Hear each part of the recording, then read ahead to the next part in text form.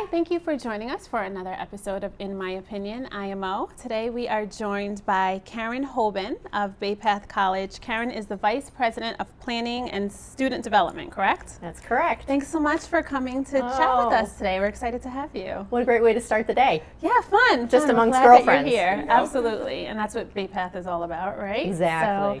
So, now we know you have the 17th Annual Women's Leadership Conference coming up, and Western Women's Magazine is a sponsor, so we're definitely excited about and we're looking forward to the event. Can you tell our viewers a little bit more about what they can expect? Sure. Well, thank you again for your sponsorship.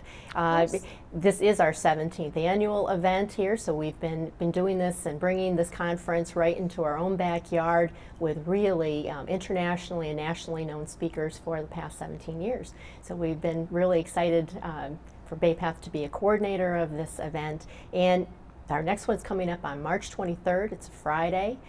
We have always over 1,000 in attendance at the event. About 20% are Bay Path students and community members, and the rest from the greater Springfield community. Okay, yeah, I know it's definitely a big event in the community. A lot of people there's a lot of buzz about it. Now, the event's on the 23rd, right? Now, how does registration work? Registration is so easy. Okay. So you just go to baypathconference.com, and that's where we have our blog as well as easy, quick registration information. Okay, can you give us a little bit of a rundown of what people can expect at the conference? Oh, sure, great. We have a theme this year of Lead with Compassion. We really believe that in this election year that the whole conversation has gotten a little bit abusive in some cases. Yeah, exactly. So the way that we are treating one another, I think in the workplace, when we're talking about issues, national issues like immigration or gay marriage, there's just a lot of volatility in the way that we're carrying out our conversations. And so we are hoping that the speakers that we're bringing to this conference are going to give us some lessons in civility, kindness, and compassion. Okay. So during the course of the day, we're going to have 3 keynote speakers. We begin with Sister Helen Prejean, Roman Catholic nun. Most people know her from her book, Dead Man Walking. She is definitely, anti-death penalty, has been so passionate about this that she actually has been moved to action. And that, for me, really is the key. What we try to do is really encourage our students to become passionate about what they believe in, and to take that passion and convert it into action. And so I think you're going to see that all 3 of the keynotes that we have this year have done that. So Sister Helen will begin the day as our opening keynote, and then Majora Carter, who is a dynamo. If you have never heard her, you must. She came to my attention through the TED conferences back in 2006, and since 2006 she's still listed as one of the top 10 TED Talks. And Majora took land that had been turned into a dumping ground in the Bronx and turned it into a beautiful national park. Oh, okay. I think I've actually heard about that before. Yeah, she's done really tremendous work. She took what was just a simple walk with her dog into an area that the dog led her to and said, "This is horrific. This cannot be.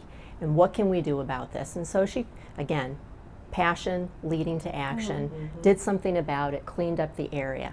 So she coined the term greening the ghetto.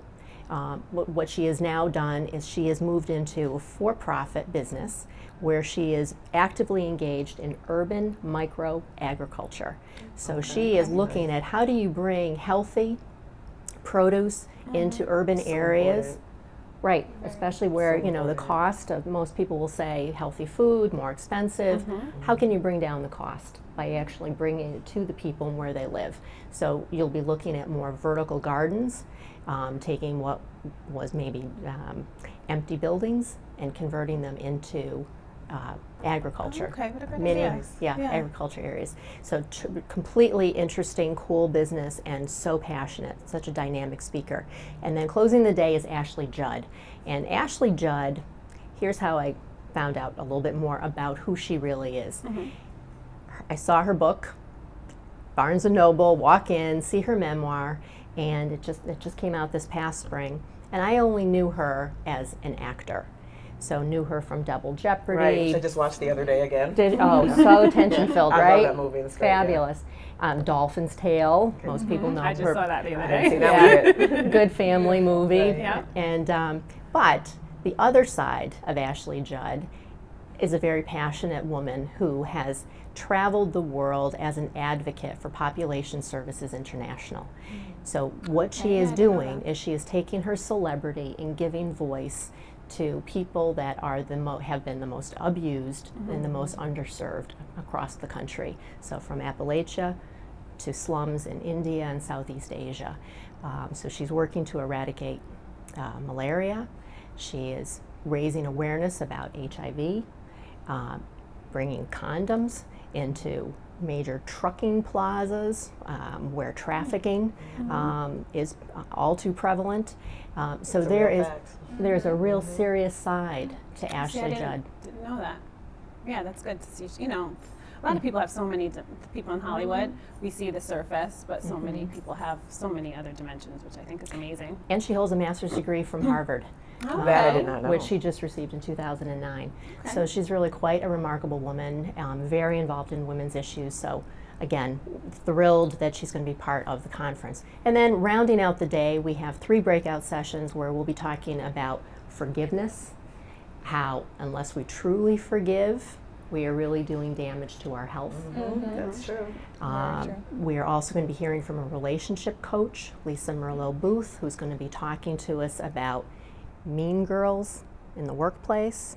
How do you bring about a more compassionate workplace from both? Okay, but we're touching. Empathy is a beautiful thing in the world. I don't know. I guess the media just kind of really is emphasizing, like, mean-spirited women, vindictive women, and women fighting women, and it's just like, it's crazy. So we need a return to civility. Right. I've had people in the past say, well, there are so few women at the top.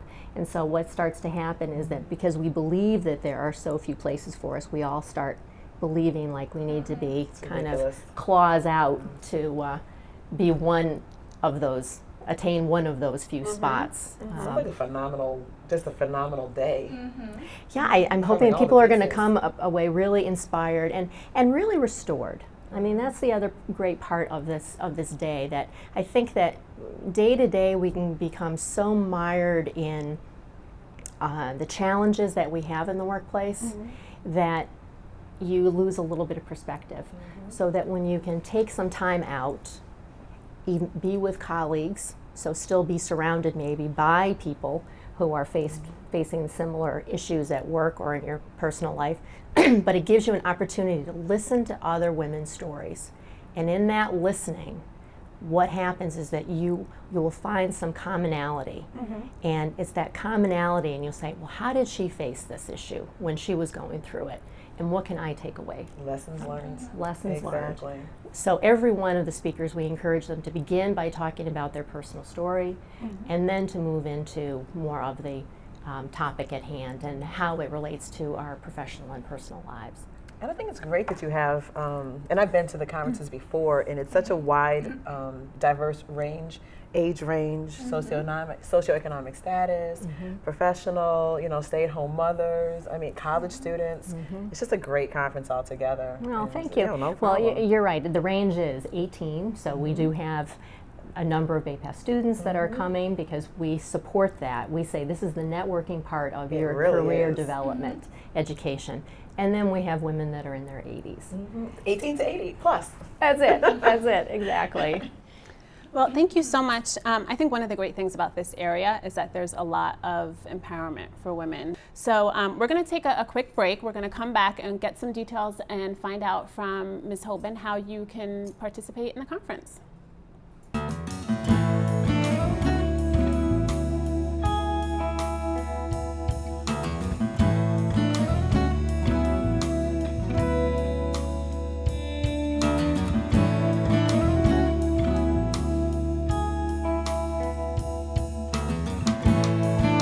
So we just got our food. Are you excited? I am excited. This is a sampler. Usually samplers have a ton of stuff I don't like. Right. But this is a good one. This is a good I'm one. excited.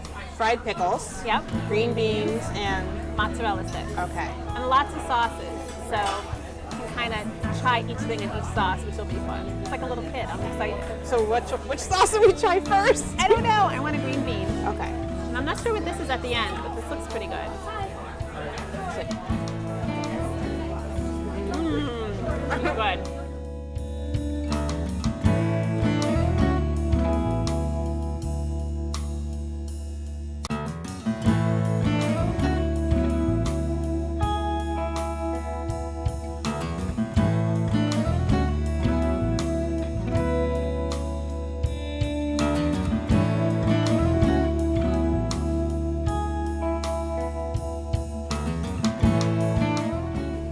So we have our desserts. They look really pretty. Ready? Yeah, let's take a bite. Really good. I have the cheesecake. Alika had the apple pie. And their slogan here is everybody's restaurant. And as two vegetarians, we were both really satisfied with our meal. So it's definitely everybody's restaurant. Definitely. They also have hamburgers and steaks and other things too, right? Yeah. If you're right off of Route 57 West in Feeding Hills, and we especially like to thank Dino, the owner of the restaurant. And when you come visit, say hi to Dino and tell him IMO sent you.